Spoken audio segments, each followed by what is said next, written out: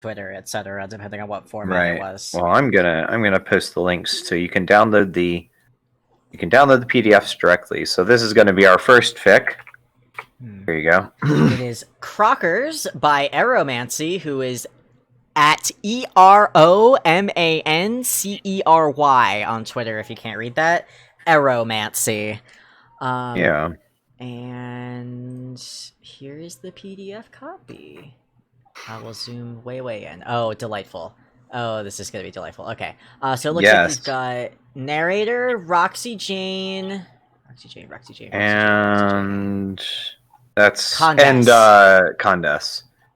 Alright. Okay. I can do a good Valley Girl Roxy. If you want to do Valley Girl Roxy, I refuse to pay for Windows. You cannot make me.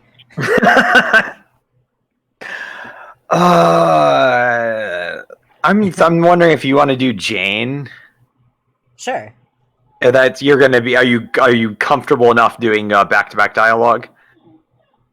Fucking kitty. Yeah, I've done that before. Okay, cool. I think I did that. Then I will take the narrator and the Condes, I suppose. Rad. If you want, well, I was gonna say I could do all the voices. Let me just briefly scroll down to see. Yeah, the Condes is just is all by herself. She doesn't actually talk with anybody. It looks like she's a I'll do the Condes, and you can do the Jane, like including the Jane like writing segments, because there's a bunch where she's like narrating essentially. Oh, okay, cool. All right, rad. Which okay, I guess it starts out with you. So yeah. All right, this is Crockers, a horror story by Eromancy. We all know the story behind Crockers. When her species' home planet was destroyed by meteors, the Empress of the Troll race was at the forefront of the expedition to find a new habitable planet, one she eventually found on Earth. But to establish a home here, she would need clout. A smart woman, she realized that the fastest way to get this clout was not via politics, but rather via capitalism. And so, she discarded her planetary empire for a fast food empire and launched the Crockers franchise of restaurants. It was an overnight success. Crocker's Burgers didn't taste like anything else on the market. Safety concerns were addressed with the only S+ grade any health inspector has ever given out. The Empress's gambit had paid off, with interest. She purchased a small, uninhabited island in the Pacific Ocean, which she converted into the capital of the new Alternian Empire. Years in the future, though not many, trolls have integrated themselves into just about every society on Earth. Gray skin and horns aren't worth sparing a second glance at, thanks to the smiling, fuchsia-blooded face kindly inviting you inside her house of grilled meat in every neighborhood in every country on every continent in the planet. Jane Crocker took a bite out of her burger as she read the words off her laptop screen. If Dirk knew she was writing an expose on Crockers while eating at one of their restaurants, she was sure she'd never be able to see his pester chum icon ever again, without the word irony reverberating through her skull. Assuming this ended up as an expose, anyway. Looking at what she had written, it read more like a promotional blurb on the website than it did a scathing tell-all by an up-and-coming teen sleuth. Her source had been confident, but she was eccentric. Speaking of the devil, a familiar pink cat icon popped up on her screen. How's it going, Super Sleuth? Dig up any dirt yet? No, Roxy, I haven't. You're sure the information you gave me was accurate? Janie? Wait, hang on. Janie, do you doubt my elite hacking skills? Perish the thought. I would never doubt the skills of my best friend. I'm simply saying it's possible the information you found was, inaccurate. Lol, that's not possible. Those docs came from, 5 different company servers. If they're wrong, I'll eat my cat. Hat. I'll eat my cat too, that I'm sure, lol. Jane sighed and looked at the last paragraph on her document. Recent events, however, have raised doubts about the company's fairy tale ending. Leaked documents from the 5 major meat companies revealed that none of them had ever done business with Crocker Corp. Last week, an anonymous hacker released shareholder-only documents from Crocker Corp revealing that the percentage of the company's budget dedicated to purchasing ingredients from suppliers is 8 times lower than their closest competitor. So the question becomes, where is Crocker's getting their meat? And, given recent scandals brands like IKEA have had, what exactly is in the meat? It read like tabloid journalism. She could cite as many second-hand sources that suggested this or claimed that, but unless she got herself actual evidence, this story was nothing more than guesswork. Roxy, are you sure you can't send me those documents? It would make this all so much simpler. Jane, I'd love to, but there's a lot of incriminating metadata and things that would really suck to be exploited by a fast food paramilitary death squad, you know? I know you don't like it when I besmooch the name of House Crocker and all, but you know they do it. Well, besmirch. Screenshots are the best I can do. Roxy, that we're unrelated. Crocker is a common name, and it happened to fit her species' weird naming conventions. Janie, Crocker has 7 letters. Oh, whatever. I guess I'll simply have to do some old-fashioned detective work. Sneaking in through air vents in a skin-tight catsuit? I didn't know you had any of it I approve. No, silly. John's class is taking a field trip to a Crocker's for some modern troll history thing. I'll just chaperone and sneak away to do some investigation. Oh, that sounds like a way better plan than mine, LMAO.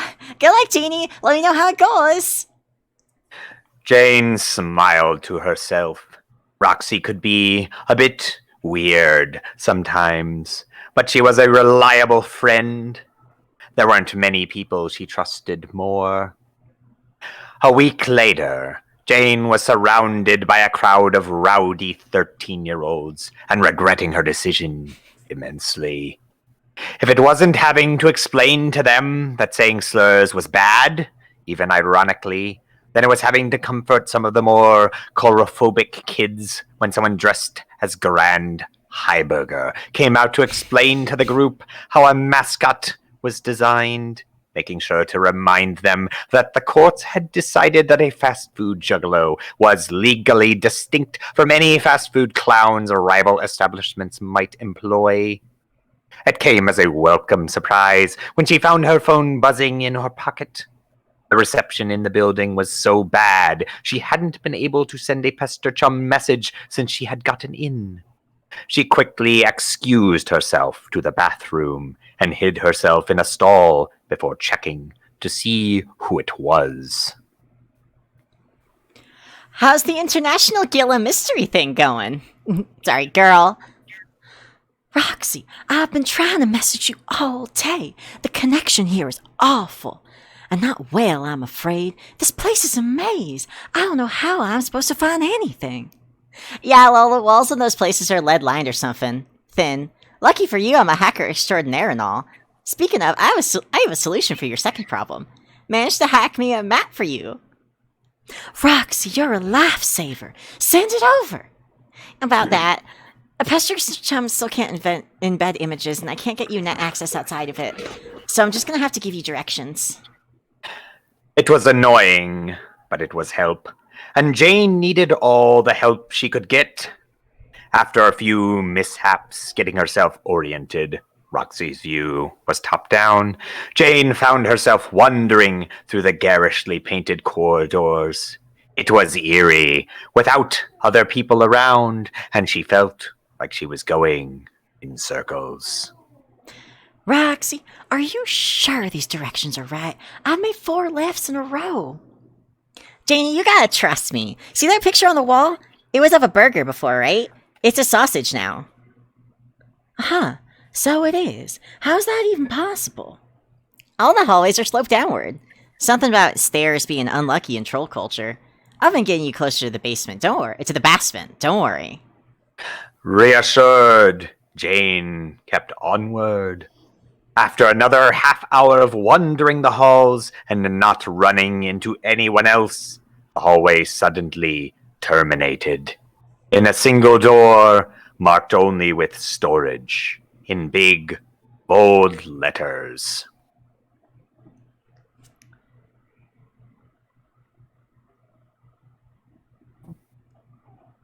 Wait, sorry. Did we? What's wrong? No, you did. I miss where it was? We're at, all right, this is the place. Unless I got cut off, I don't know.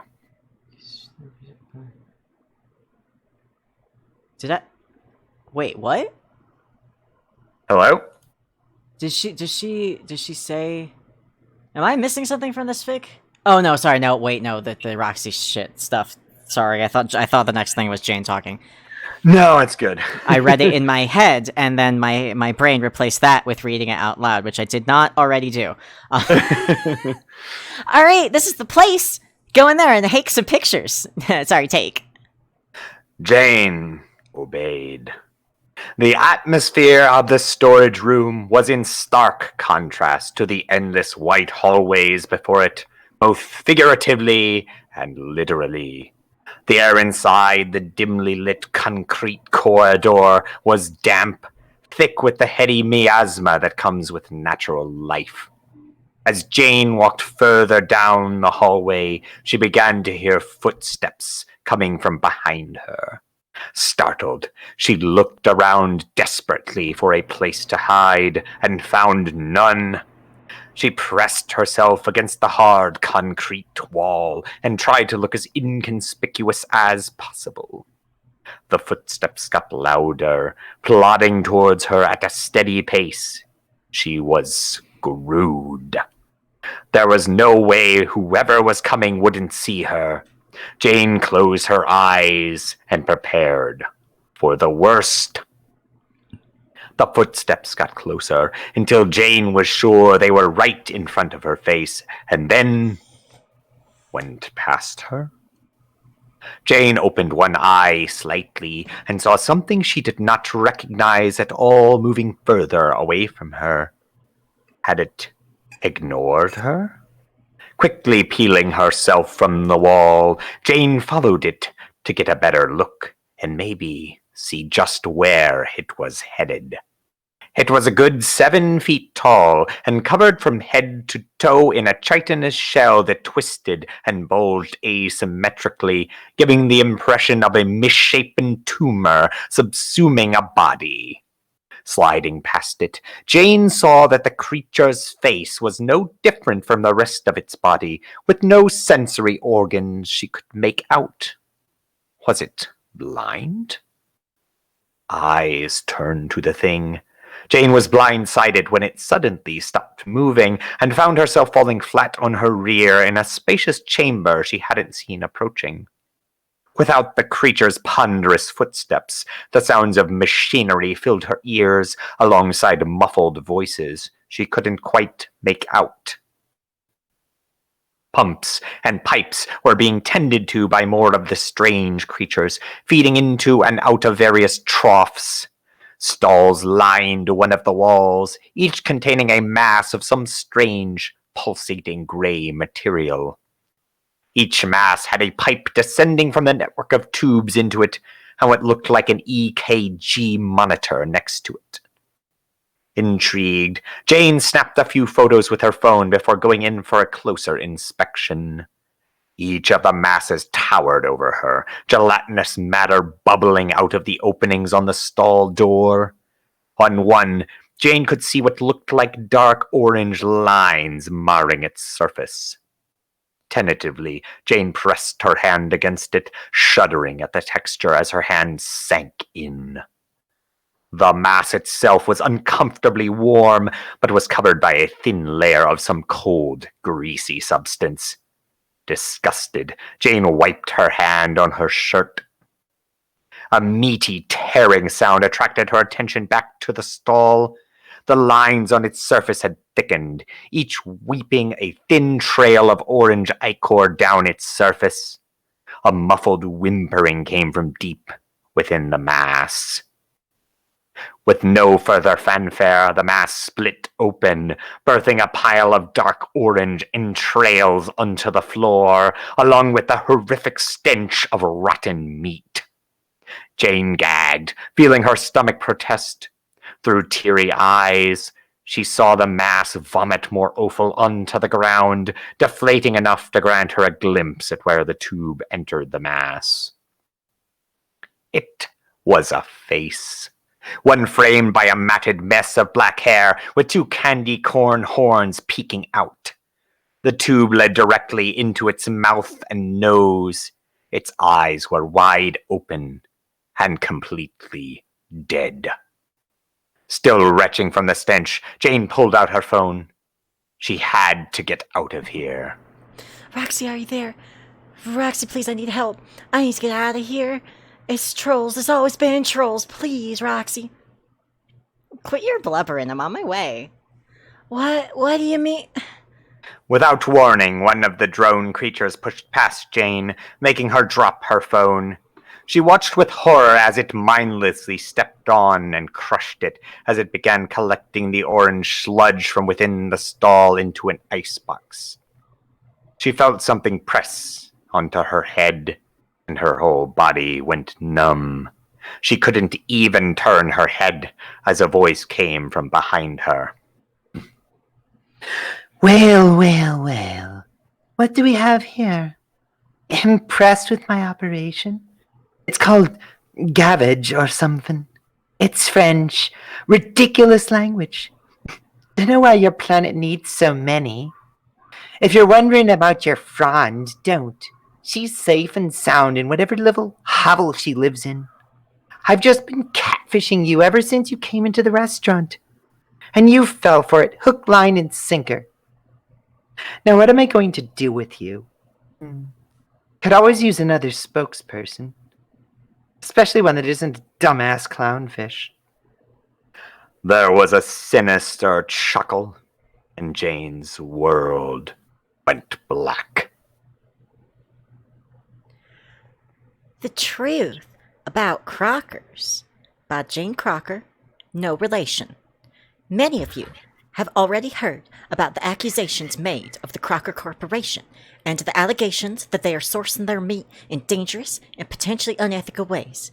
This article details my journey into the heart of one of their locations and discovered the truth about the previously secret, environmentally friendly, and highly sustainable farming practices brought over from a faraway planet. God damn. I read that in advance, but still, shit. God, that was very good. That was very good. I saw the fucking fish puns.